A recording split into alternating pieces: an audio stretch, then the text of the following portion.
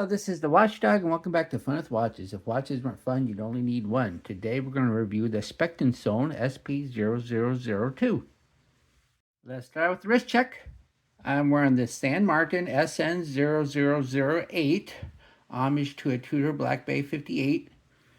And Greg was wearing my mysterious code with the mysterious reference number. I told Grogu that today is March 14th, and we call it Pi Day because the value of pi is 3.14. But we don't call February 7th E Day, as E isn't as well known as pi, so most people wouldn't get it. He said, "What is E?" I said, "It is the natural log." Grogu said he left a natural log behind one of the bushes in the backyard. All right, let's take a look at the watch. It comes in this nice box. It comes on this nice pillow. And here it is. Isn't that a nice looking watch? Looks a lot like a PRX. This is the fourth Specht&Sohne on my channel, but I've had many PRX homages, including PRX chronograph homages. This Specht&Sohne is one of the nicer ones, considering it is a quartz and probably the one that looks most like the real thing. The PRX is still immensely popular, so the Chinese companies are still homaging like crazy. At $50, this SP0002 is as expensive as you are going to get for a PRX homage quartz three-hander. If you want to spend about $80, you can get a Miyota 8215 powered automatic version that has a waffle pattern on the dial. My main goal was to review the watch and not the movement, so I saved some money and got the quartz. One common complaint about the PRX is that 41 millimeters, it was too big, so TSO went to the other extreme and released a 35 millimeter version. Specht&Sohne said 35, really, and made their smaller version 37 millimeters instead. With the 41 millimeter version, there are only 4 different colorways, including black, green, blue, and ice blue. But if you get the 37 millimeter version, you get 4 more additional colorways, including salmon, looks orange to me, glitter blue, and 2 gold cases with gold or green dials.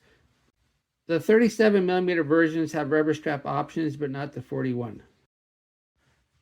The watch is 38.2 millimeters if you measure at the bezel, but 41 millimeters if you measure at the case.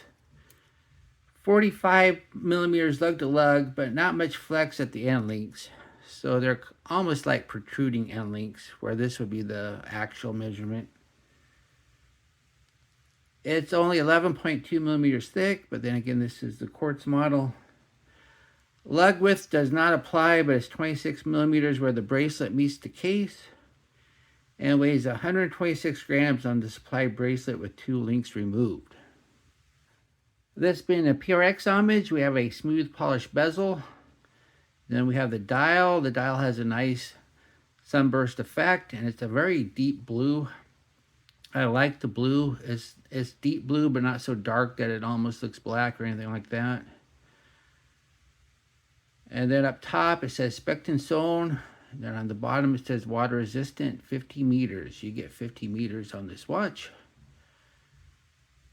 And then we have the minute markers, and then we have the indices. We have batons everywhere, except for at the 12, we have a double baton. And then we have stick hands. And then we have a lume counterbalance on the second hand. And then we have a date at the 3 with no cyclops. Then we have an unsigned screw down crown. Did we really need a screw down on a 50 meter watch? I don't know, but it works fine. Pops nicely, and then when you go to screw it back down, the threads catch right away. So it's good thread action.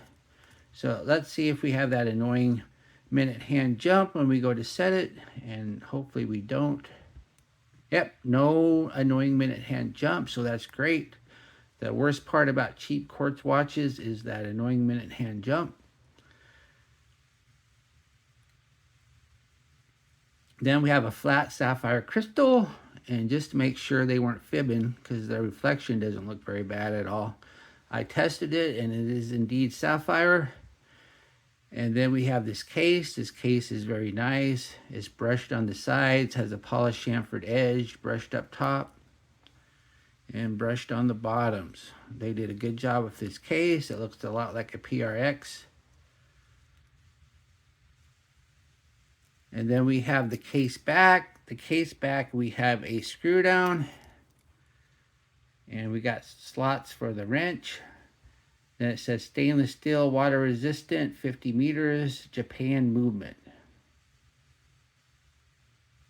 Then it says Specht&Sohne in the middle with the little Specht&Sohne logo there. Then underneath the case back, we have a Seiko quartz movement. I'm not sure which model it is, but the important part is it doesn't have that annoying minute hand jump, so I'm perfectly happy with it.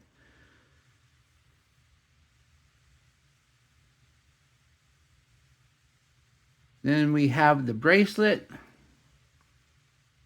The bracelet is a single link, and it doesn't even have little grooves there to make it look like a 3-link. It's strictly a single link. And it is a PRX style, and we actually have PRX spring bars, so this is compatible with the PRX strap. I will put it on a PRX strap later after I show you the wrist shot. And then we have a butterfly clasp. It's perfectly fine, nothing fancy. And look at that, we have half links, even though they really look more like 2/3 links, but we'll call them half links because everybody knows what a half link is. And we have push pin adjusters, not screw pins. I'm perfectly happy with push pins. It's just easier. And here is the watch on my 7.5-inch wrist. It looks nice. It wears nice. Yeah, a lot of people think a 41 is just too big. It works perfectly fine for me. I didn't want to try the 37. I just thought the 41 would be more appropriate for my wrist. I only removed 2 links though. So if your wrist is bigger than 8, I don't think you're going to be able to wear this without getting some more links or changing it to a strap. But look at that wrist roll. That looks really nice. This is a good watch. And here's the watch on a PRX compatible strap. So as you can see, it fits just perfectly. So yeah, the slot here on the case is the same size as a PRX. So you should be able to wear PRX straps with this watch.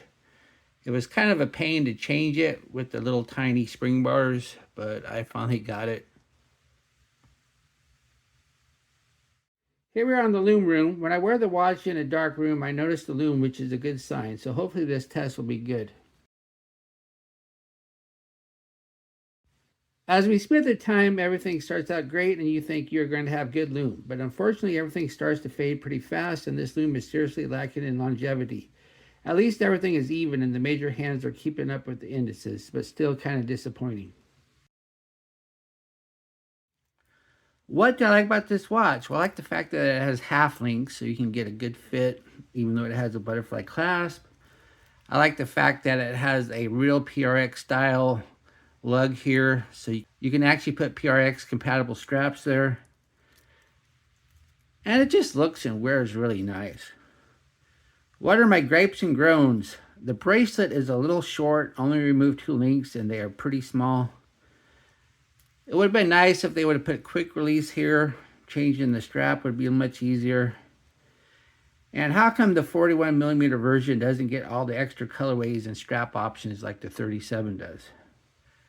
Do I recommend this watch? Yes, this is about as close to the real PRX that you're going to get for $50. It looks and wears nice and should scratch that integrated bracelet watch itch without spending a lot of money.